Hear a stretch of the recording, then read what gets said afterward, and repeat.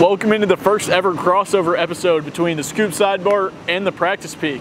It all started a little early this morning for the Virginia Tech football program as they nabbed the commitment of four-star wide receiver Snook Peterkin out of Mount Tabor High School in Winston-Salem, North Carolina.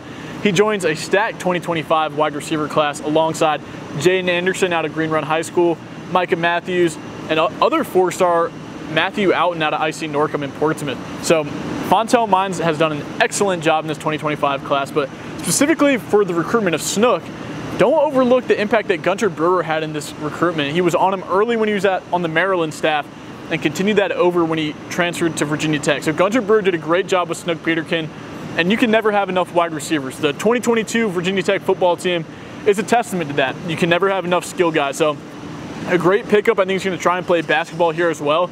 He's an elite two-way guy, but it's tough at this level, but we'll see. Snook Peterkin, great pickup for the team. Now jumping straight into practice, it was a little bit of a quarterback position battle that we were watching there. Obviously, Kyron Jones was cemented at quarterback one. For whatever reason, Pop Watson wasn't throwing in the open media period. So we saw a whole lot of Colin Schley, the UCLA transfer quarterback, and he looked really good. We got to talk to him after practice. He said he just feels comfortable, a little bit closer to home, and getting acclimated in the offense. It has the bits of ties of Kent State and UCLA, so being able to pick up the offense was just another offense. I've been through, Chip Kelly's offense, which is very difficult, and I've been through Sean Lewis's offense, which is also pretty difficult. So just being able to put things in my own words and be able to, see it how I see it and how I read it is Coach Bowen's really helped me a lot with that. I mean, a lot of the schemes are the same. Like, coaches just like to call it different things.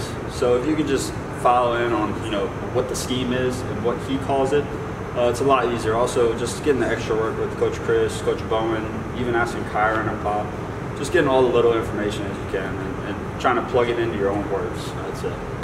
Outside of Schley at the quarterback position, Davie Belfort looked pretty good as well, making some quick runs on a tackling drill.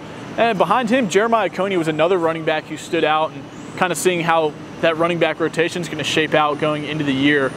On the offensive line, sort of something to note that we touched on in the last practice peak was we were looking at the lineup of Xavier Chaplin at left tackle, Laith Ganem at left guard, at center was Braylon Moore, and then at right guard was Caden Moore. So the similar lineup as we saw last time, but definitely interesting to see Laith Ganem continuing to work right there at left guard. So definitely something to monitor as we move in. There's been some smoke of Montavious Cunningham getting more reps on the inside.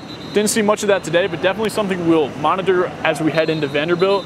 Now moving over to the defensive side at that defensive tackle position, both Aeneas Peebles and Kamari Copeland had good practices today. And that's been something that's been consistent pretty much all fall camp, but I'd be remiss if I didn't mention Emmett Laws and Kelvin Gilliam. Been having pretty good fall camps as they just walked by. Now moving a position back in the defense at linebacker, there's been a lot of smoke about Jaden Keller through spring, summer, and now into fall, and he had a really great practice, I thought. So watch out for Jaden Keller as we move closer to Vanderbilt.